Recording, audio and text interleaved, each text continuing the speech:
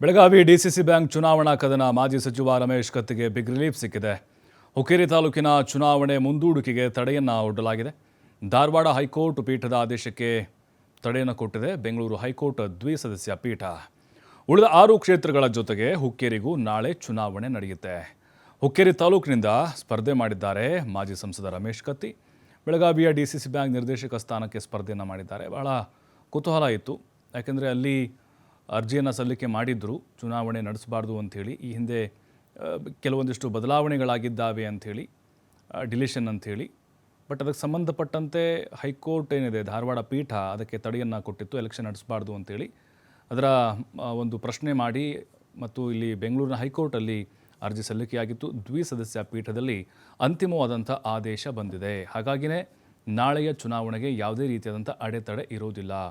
ಈಗಾಗಲೇ 7 ಸ್ಥಾನಗಳಲ್ಲಿ ಅವಿರೋಧವಾಗಿ ಆಯ್ಕೆಯಾಗಿರುವಂತಹ ಜಾರಕಿಹೊಳಿ ಬ್ರದರ್ಸ್ ಗೆಲುವಿನ ಹುಮ್ಮಸ್ನಲ್ಲಿದ್ದಾರೆ. ಹುಕ್ಕೇರಿನೂ ಕೂಡ ನಾವು ವಶಪಡಿಸಿಕೊಳ್ತೇವೆ ಅನ್ನುವಂತಹ ಒಂದು ನಂಬಿಕೆ, ಆತ್ಮವಿಶ್ವಾಸದಲ್ಲಿದ್ದಾರೆ.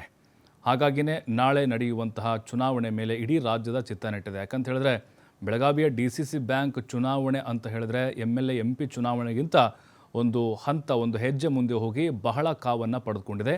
ಪ್ರತಿಷ್ಠೆಯ ಕಣವಾಗಿ ಮಾರ್ಪಟ್ಟಿದೆ. 2 ಕುಟುಂಬಗಳ ಮಧ್ಯೆ ಜಿದ್ದಾಜಿದ್ದಿಗೆ ಕಾರಣ ಆಗಿದೆ. ಬೆಳಗಾವಿ ರಾಜಕಾರಣದ ಒಂದು ಸಮೀಕರಣಕ್ಕೆ ಒಂದು ಅಧ್ಯಾಯವನ್ನು ಶುರು ಮಾಡುವಂತಹ ಫಲಿತಾಂಶ ಅಂತ ಹೇಳ್ಬೋದು. ನಾಳೆ ನಡೆಯುವಂತಹ ಒಂದು ಮತದಾನ ಏನಿದೆ ಅಲ್ಲಿ ಕೆಲವೊಂದಿಷ್ಟು ಮಹತ್ತರವಾದಂತಹ ಬದಲಾವಣೆಗಳು ಆಗುವಂಥ ಸಾಧ್ಯತೆಗಳಿದ್ದಾವೆ.